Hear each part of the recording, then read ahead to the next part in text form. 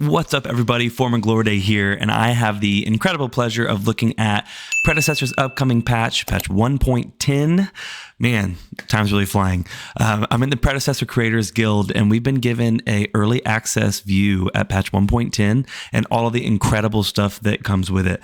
One of the amazing features that's on the way is 38 new items. This is something the community has been begging for, pleading for, asking for, and they have heard us. 38 new items. We are going to jump into the carry items.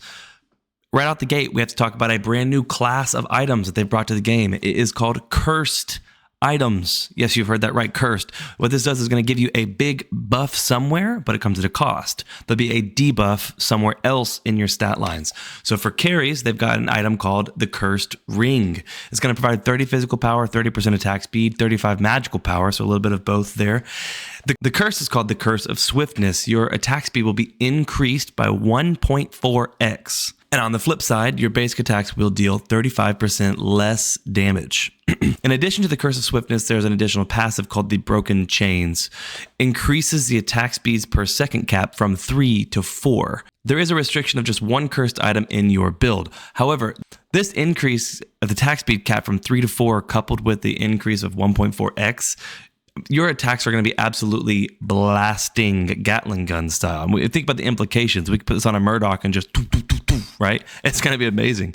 Now you'll deal 35% less damage, but for those on-hit builds and those, I'm sure there's really cool ways out there that you could make that into something amazing. The next option is Necrosis. Now this is a 2850 gold cost, 30 physical power, 30% attack speed, and 20% critical strike chance. It has a passive called Necro's Edge. You're going to gain 25 ultimate haste. Additional passive called Matter Disruptor. Your ultimate ability deals 15% more damage. I think about people like Skylar. I think about Grim. People with just already have a nuke of an ult. This is going to be a great ability or a great passive ability for them.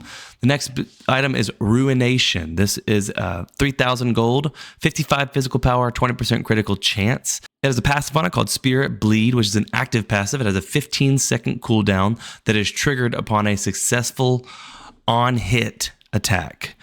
When you trigger it, you apply a bleed that is going to drain the enemy's mana by 25 plus 6% of their max mana over 4 seconds. This deals true damage equal to 80% of the mana drain. So at the end of the 4 seconds, you're going to deal 80% of that damage back as true damage. However, damaging the target with an ability while this is active during that 4 seconds will refresh its duration.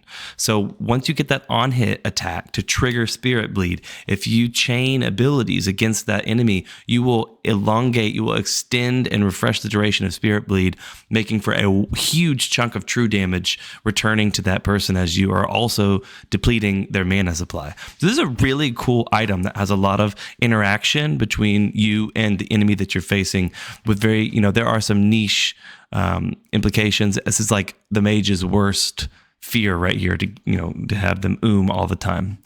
Next one is my personal favorite coming to the game. It's called Scattershot. 3,100 gold, provides 45 physical power, 20% attack speed, and 20% critical chance. There is a passive on this item called Scatter with a half-second cooldown. This is an on-hit trigger.